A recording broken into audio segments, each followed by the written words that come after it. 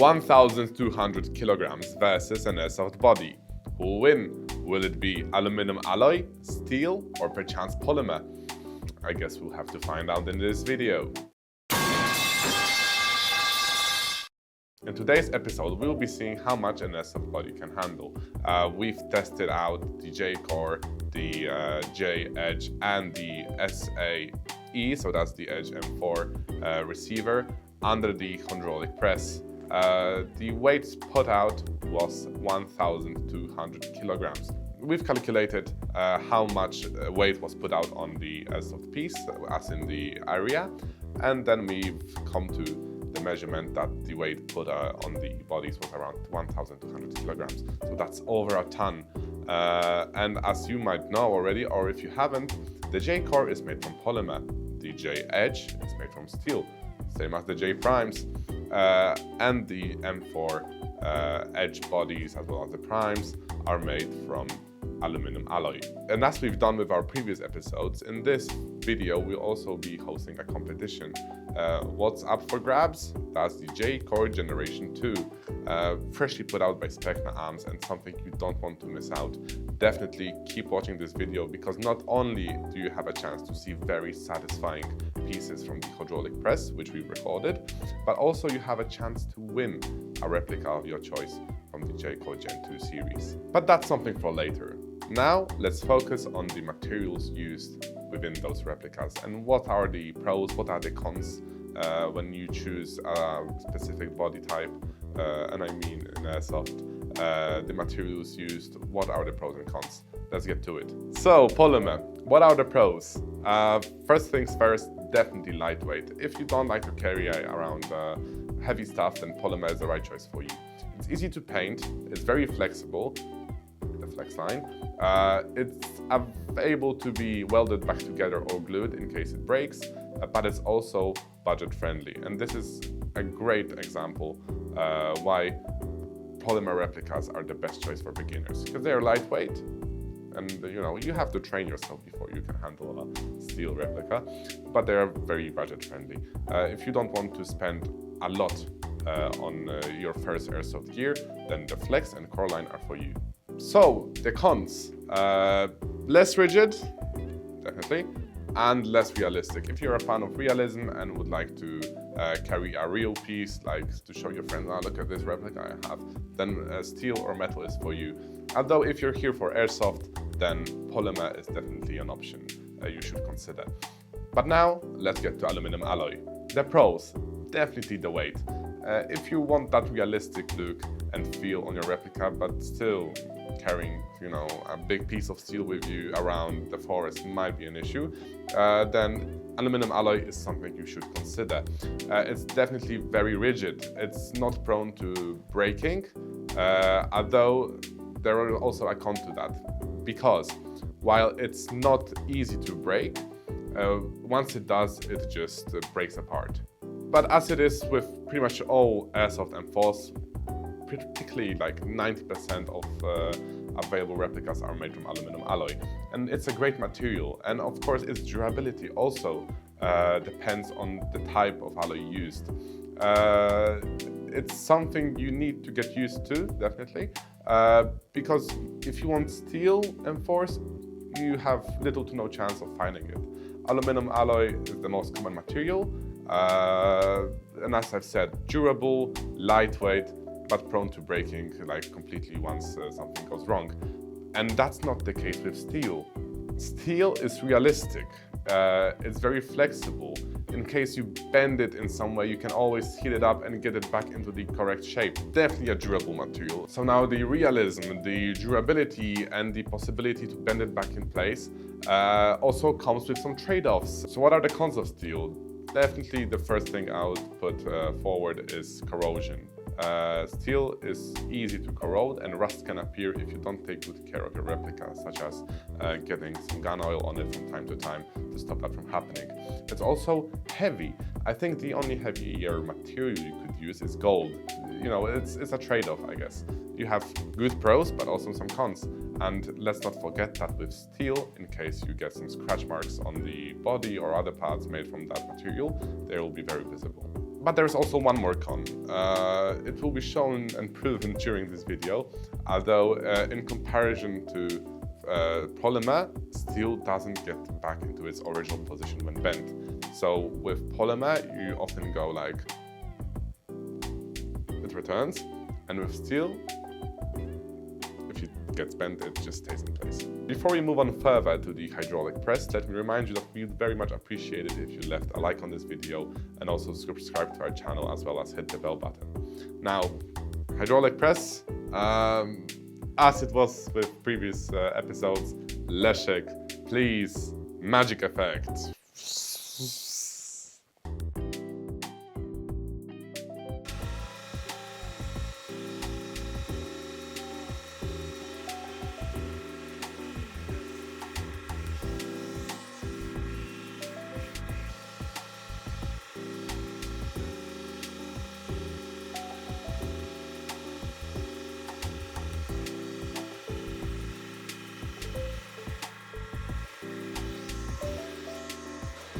So, as you see here, after the hydraulic press, it's still in pretty much good condition. It's definitely recyclable, but here the damage, I think it can be reverted. Nothing broke off here, and most of the body actually returned back into position.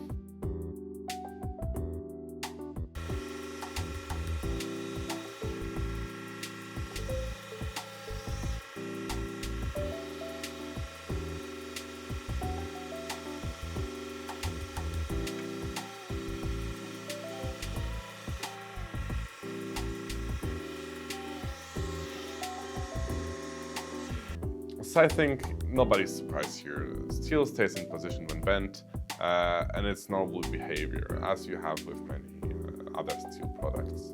So this is the result. It's the over a ton of pressure here made it bend a lot, although the buttstock latch is still functioning. Here everything is pretty much able to be saved. I think that with enough heat and enough will, you can get this back into shape and actually, once more, make a functioning replica out of it.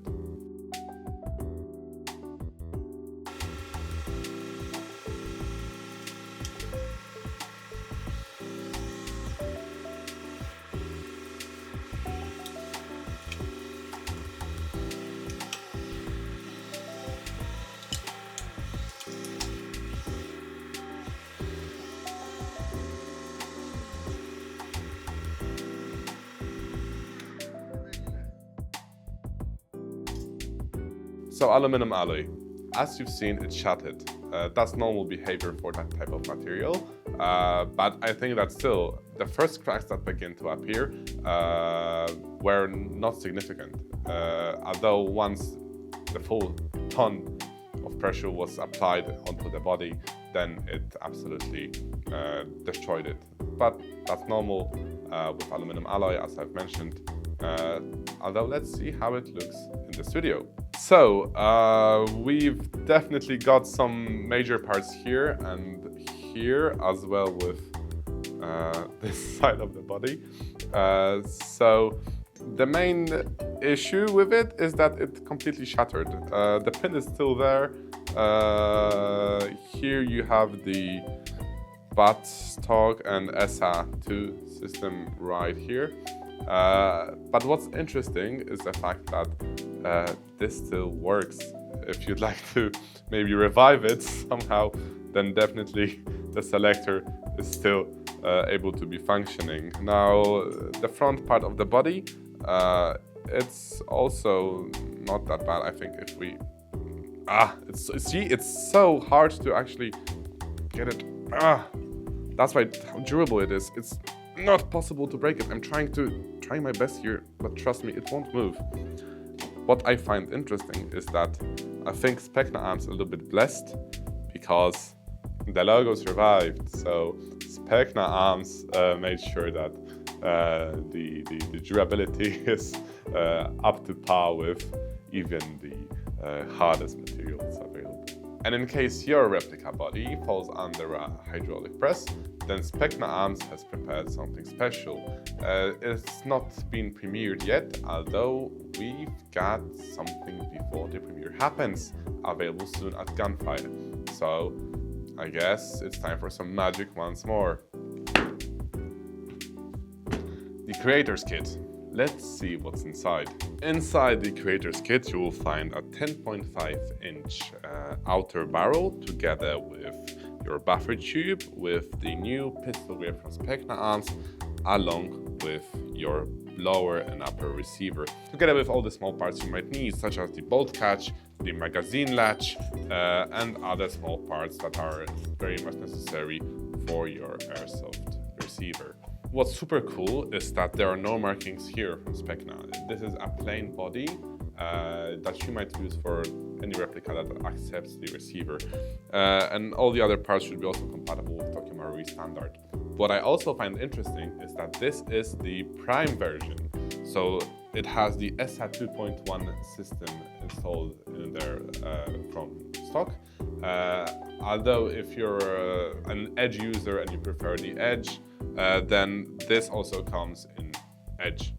So you have a choice here, young airsofter, choose wisely. Let's get into the competition. The competition is quite simple, as it was with the previous one on Prime, which should be still available. Now, to win a J-Core Generation 2 of your choice, you have to do one simple thing. What would you put inside the Creator's Kit? What motor, brushless? What cylinder? And what gearbox? Will it be the Aether gearbox, the Retro Arms gearbox, or the Prometheus one? Up to you. Let your creativity take over you. We'll rate the most thoughtful one, the most creative one, and the results should be available within 1.5 weeks. If you'd like to learn more details about the competition and about all the products we've shown you today, then make sure to look down in the description, but after you hit the subscribe button, the bell button, and of course like the video. And if you're wondering how the J-Core Generation 2 performs, we've actually had a little competition with our graphic designer Nick and our videographer Leszek. You can click it here. Do it now! And that will be all for today. I've seen you subscribe, I've seen you leave a like and hit the bell button. I'm very much satisfied. So let's end this on a positive note. Krzysztof? Krzysztof!